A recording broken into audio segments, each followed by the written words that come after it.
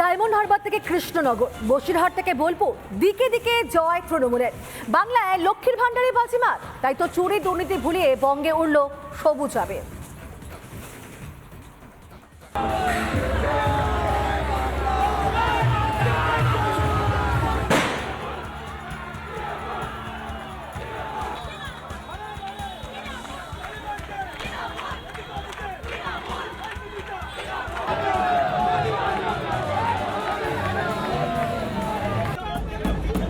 ফল প্রকাশের পরে আনন্দ উচ্ছ্বাসে মেতে উঠেছেন কর্মী সহপ্রার্থীরা। বহরমপুর, যেখানে 25 বছরের সাংসদ জামানাত শেষ হলো, ইউসুফ পাঠানের কাছে বহরমপুরে হারলেন অধীর রঞ্জন চৌধুরী।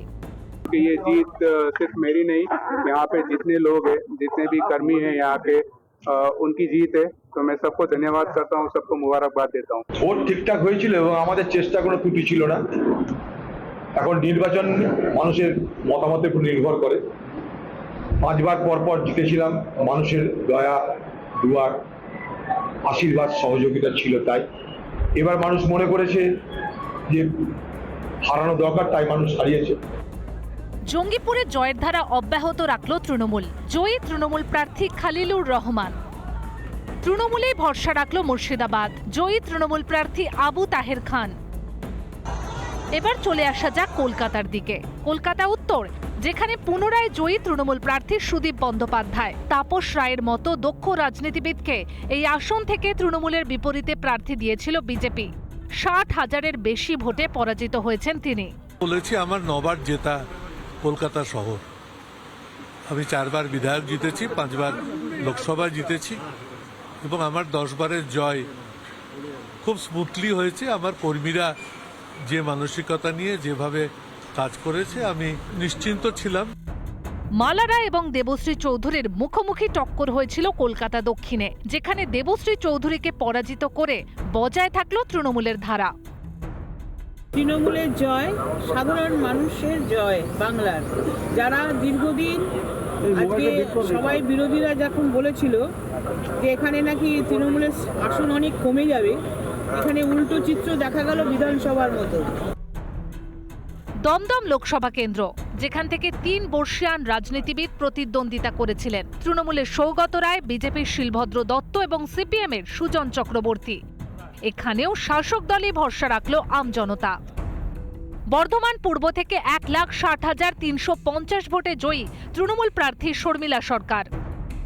মেদিনীপুর আসন ছেড়ে বর্ধমান দুর্গাপুরে গিয়েছিলেন দিলীপ ঘোষ, কিন্তু তৃণমূল প্রার্থী কীর্তি আজাদের কাছে 1,37,564 ভোটে পরাজিত হতে হলো তাঁকে। 63,000 ভোটে আসানসোলে জয়ী হয়েছে তৃণমূল প্রার্থী শত্রুঘ্ন সিনহা। সুভাষ সরকারকে পরাজিত করে বাঁকুড়ার নতুন সাংসদ হলেন তৃণমূলের অরূপ চক্রবর্তী। বিষ্ণুপুরে বজায় থাকল সৌমিত্র রাজ। প্রাক্তনী সুজাতা মণ্ডলকে পরাজিত করে আসন ধরে রাখলেন বিজেপি প্রার্থী সৌমিত্র। অনুব্রতহীন বীরভূমের 2 আসনেই জয়ী তৃণমূল। একদিকে চতুর্থবারের জন্য সাংসদ হলেন শতাব্দী রায়, অন্যদিকে বোলপুর লোকসভা থেকে জয়ী অসিত মাল।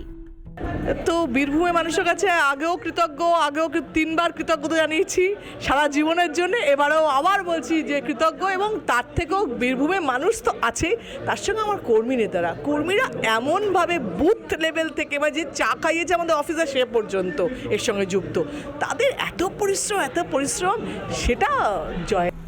কৃষ্ণনগরে আবারও বাজিমাত মৌহা মৈত্রের। 57,083 ভোটে জয়ী হয়েছেন তিনি।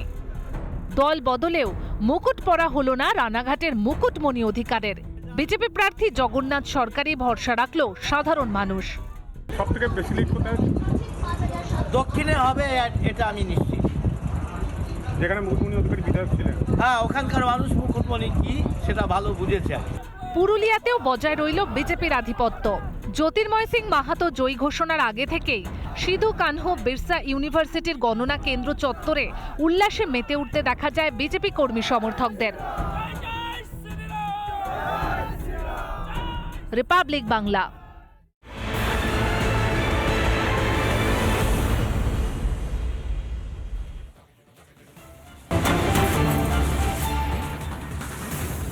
ভোট মিটতে শুরু হয়েছে হিংসা। ব্যারাকপুরে বিজেপি কর্মী বাড়ি ভাঙচুর, তৃণমূলের মিছিল থেকে হামলার অভিযোগ, বিজেপি কর্মী পরিবারকে মারধরের অভিযোগ সামনে আসছে।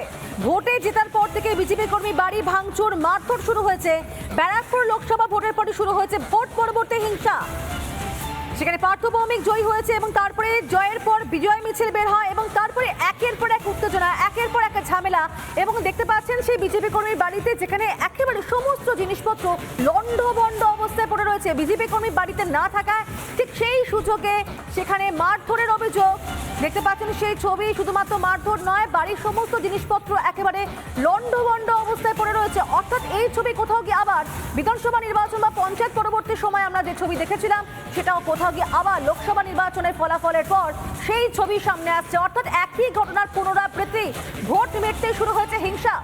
ব্যারাকপুরে বিজেপি কর্মীর বাড়িতে তাণ্ডব, ভাঙচুর, তৃণমূলের মিছিল থেকে হামলার অভিযোগ উঠছে।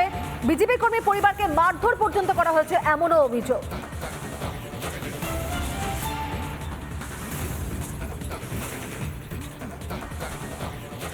তো পুরোপুরিভাবেই ডিক্লেয়ার হলো যে প্রাথমিক অনেক ভোটে জিতে গেছে। তো তারপর ওদের বিজয় মিছিল বেরোলো। বিজয় মিছিল বেরিয়ে ওরা ফার্স্টে খুশিপাড়া থেকে শুরু করে লালপুটি অবধি গেল, গিয়ে কয়েকটা পাড়ায় গিয়ে ব্যানার ছিল, এই করলো। 200 জনের ওপরে কিছু বহিরাগত ছিল তাদের মধ্যে ছিল, আমি বাড়িতেই ছিলাম।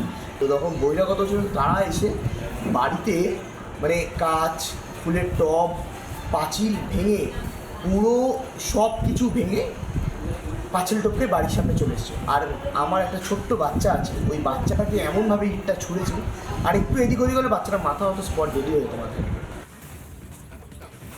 কে বা কারা করেছে সে খবরটা আমার কাছে এখনও নেই, তবে খবরটা হয়েছে ওর বাড়িতে একটা সমস্যা তৈরি হয়েছে।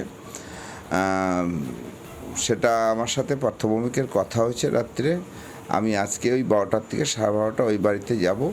তাদের কোনো মানুষেরই যাতে কোনো রকম আতঙ্ক না থাকে, কারণ গণতন্ত্রের দেশে রাজনীতির ব্যক্তিগত স্বাধীনতা সকলেই থাকতে পারে। কে কোন পার্টি করবে তার ব্যক্তিগত ব্যাপার, সেজন্য তার বাড়ি আক্রমণ হবে এটা মোটেই ঠিক নয়।